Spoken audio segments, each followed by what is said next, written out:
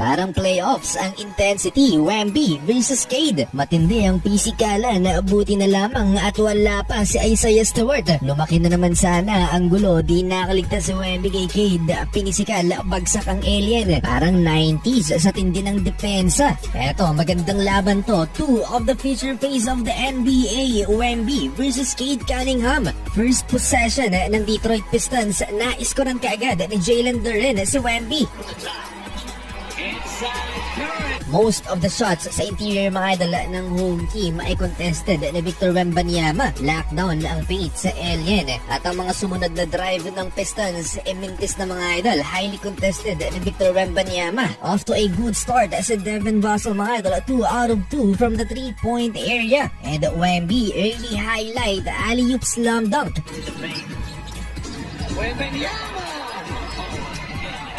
Natambakan kaagad sa first quarter ang best team ng NBA. Nagkakapisikalan si Wemby at si Cade. Binigyan ng regalo ni Cade Cunningham si Wemby. 3-pointer naman kaagad ang naitala ni Wemby after that play. Sa mga sumunod na possession mga idol, Cade Cunningham, great defense sa palpal si Stephon Castle.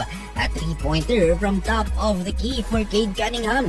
Kick out, Cunningham for 3. Yes! Dahil sa matinding pisikanan na simula pa lamang ng laban, nasugatan pa si Devin Vassell. Victor Wembanyama, bagsak mga idol kay Jalen Duren.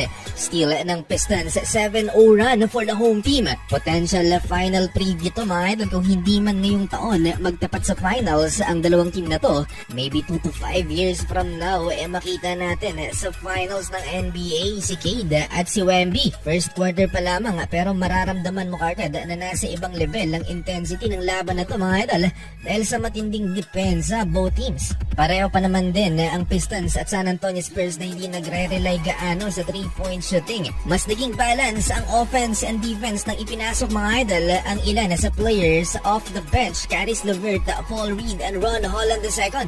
Dito nakalamang ang Detroit Pistons. Nag-airball pa ng wide open 3-pointer si Wemby.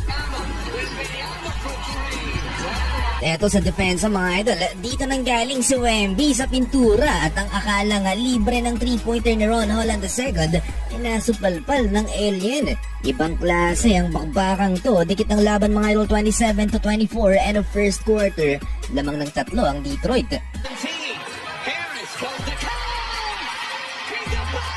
Start of the second quarter, no Wemby. Ibig sabihin niya no rim protection para sa San Antonio Spurs. 2 field goals sa ilalim. Bad news pa para sa Spurs dahil nagtama ng right leg contusion si Luke Cornette. Great defense by Cade Cunningham mga idol. Steal kay Wembanyama and dunk